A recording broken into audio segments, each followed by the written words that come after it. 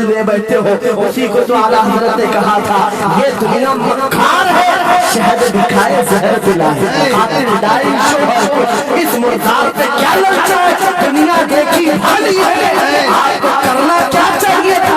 आला हज़रत से सुनो, वो कहते हैं, अरे आजा नौजवान, वो तो निहायत सस्ता सौदा बेच रहे हैं जन्नत का, वो तो निहायत सस्ता सौदा बेच रहे हैं जन्नत का, हम मुखलिस का मोल चुकाएं, अपना हाथ ही खाली है। आओ उस नबी के दरबार में हाथ दे दो और उनको गवाह बना करके कहो, आका मेरी जिंदगी आपके लिए है, मेरी हयात आपके लिए है, मेरा जीना, मेरा सलीका जिंदगी आपके लिए है।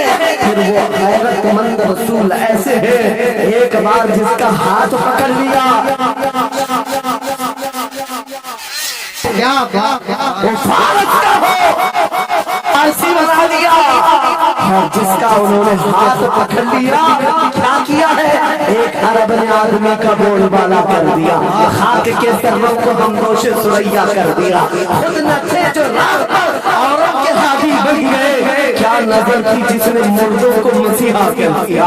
एक बार हाथ थाम ले आमिना के लाल, तो दुनिया में भी नहीं छोड़ते और खबर में भी नहीं छोड़ते और हश्र में भी नहीं छोड़ते, हत्ता के जन्नत में जाने तक तुम्हारा साथ होगा मेरे मुस्तफा का। फैसला कर लो, एक जान है, एक दिल है, देना किसको है, आज फैसला करके उठना, इस मक्कार जालिम दुनिया को देना है जो हर दिन अपना शोहर बदलती है, हर दिन अपना आशिक बदलती है, या उसके हाथ में देना है जो क़यामत के भरे मैदान में भी उम्मती उम्मती की सदाएं लगा रहा हो, हमारा हाथ पकड़ पकड़ करके मीज़ान अमल पर ले जा रहा हो और हौज़े कौसर से पानी पिला रहा हो। किसको हाथ देना है, फैसला तुम्हारा है। किसी को आला हज़रत ने क्या सच कहा था, आज मैं उनकी पनाह, आज मदद मांग उनसे, कल न मानेंगे क़यामत में अगर मान गया।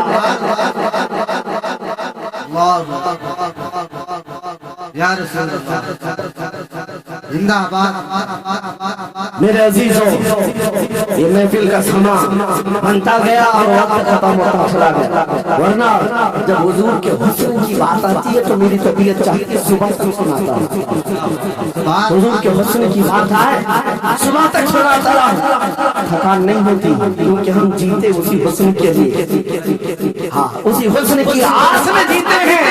हमारा रोज का वजीफा है, ये पढ़ के सोते हैं, तेरे आका आओ के मुद्दत हुए हैं, तेरी राह में आँखियाँ बिछाते बिछाते, तेरी यादों में, तेरी चाहतों में, बड़े दिन हो गए घर को सजाते सजाते। या रसूल अल्लाह, सुना है आप हर आशिक के घर तशरीफ लाते हैं, मेरे घर में भी हो जाए चरागा, मेरे घर में भी हो जाए चरागा। ये तलब हमें जीना सिखाती है, जब ज्यादा गम सताने लग जाए, जब ज्यादा मुसीबतें आने लग जाए, है नौजवानों, इसको उसको शिकवे मत सुनाना, बरेली के इमाम का वजीफा सुनो, उनके निसार कोई कैसे ही रंज में हो, जब याद आ गए हैं सब गम भुला दिए, उनकी महंगी ने दिल में गुलचे खिला दिए हैं, जिस राह चल दिए हैं कूचे बसा दिए हैं। मेरे अजीजों, उस नबी रहमत सल्लल्लाहु अलैहि वसल्लम की तरफ क्यों नहीं आते जो हमेशा हमारा मददगार है, हमेशा हमारा सहारा है, हमेशा हमारा हम बेकसों का है। आपको पता है आज हालात के मारे हुए ऐसे, कभी इस नेता के पीछे, कभी उस नेता के पीछे, कभी इसकी झंडी, कभी उसकी झंडी, हाँ कभी उस सेठ के पास, कभी इस सेठ के पास, और न जाने कितनी जगहों से धुलकारे गए, कितनी जगहों से रिजेक्ट किए हो गए, कितनी जगहों से हमें जिल्लत देखनी पड़ी। वजह क्या है, तुमने महवर तब्दील कर दिया, मरकज बदल दिया, जहाँ तुम्हें जाने का हुक्म था मेरे रब ने कुरान में फरमाया, वहाँ छोड़कर हर जगह घूम रहे हो, खुदा खुदा का यही है, नहीं और कोई मसर मकर जो वहाँ से हो, यही आके हो, जो यहाँ नहीं तो वहाँ नहीं। आला हज़रत ने कहा, अल्लाह का अगर दरवाजा है तो ये, अल्लाह के घर का दरवाजा कोई है तो रसूलुल्लाह का दरवाजा।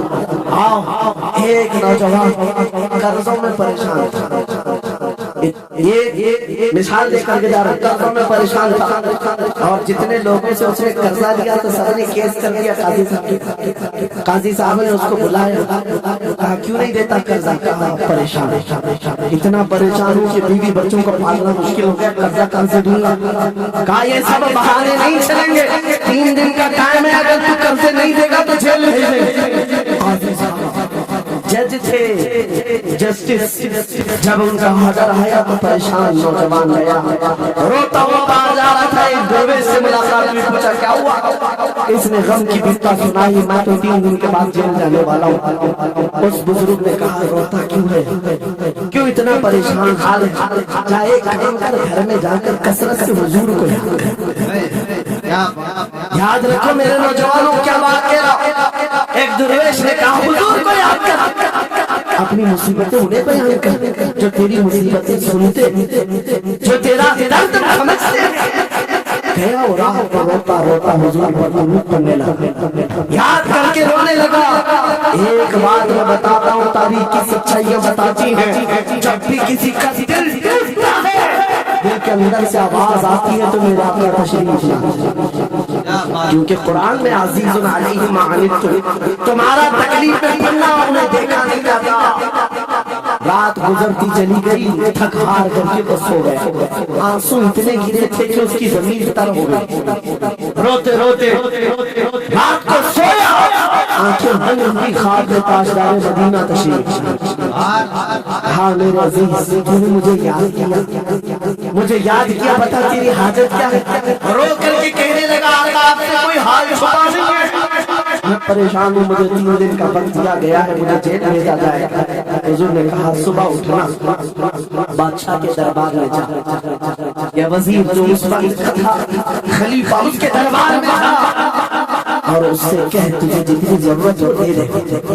اس غریب نے کہا بادشاہ کا دربار بڑا ہے، وہ مجھے پہنچنے کہاں دیں گے، اور پھر اگر میں کہوں آپ نے بھیجا ہے تو وہ تو مجھے ریجیکٹ کر دیں گے، ایسی جھوٹے لوگ آتے ہیں۔ میرے آقا نے خواب میں بتایا نہیں، وہ عام آدمی نہیں، وہ میرا عاشق ہے، میرا سچا چاہنے والا ہے، اگر تجھ سے ثبوت مانگے اتنا کہہ دینا، اے بادشاہ روزانہ تو صبح سورج نکلنے سے پہلے پہلے رات میں 1000 بار اپنے نبی پر درود پڑھتا ہے، یہ بات اس کے اور میرے بیچ میں ہے، اس کی بیوی بھی نہیں جانتی، اور یہ بھی بتا دینا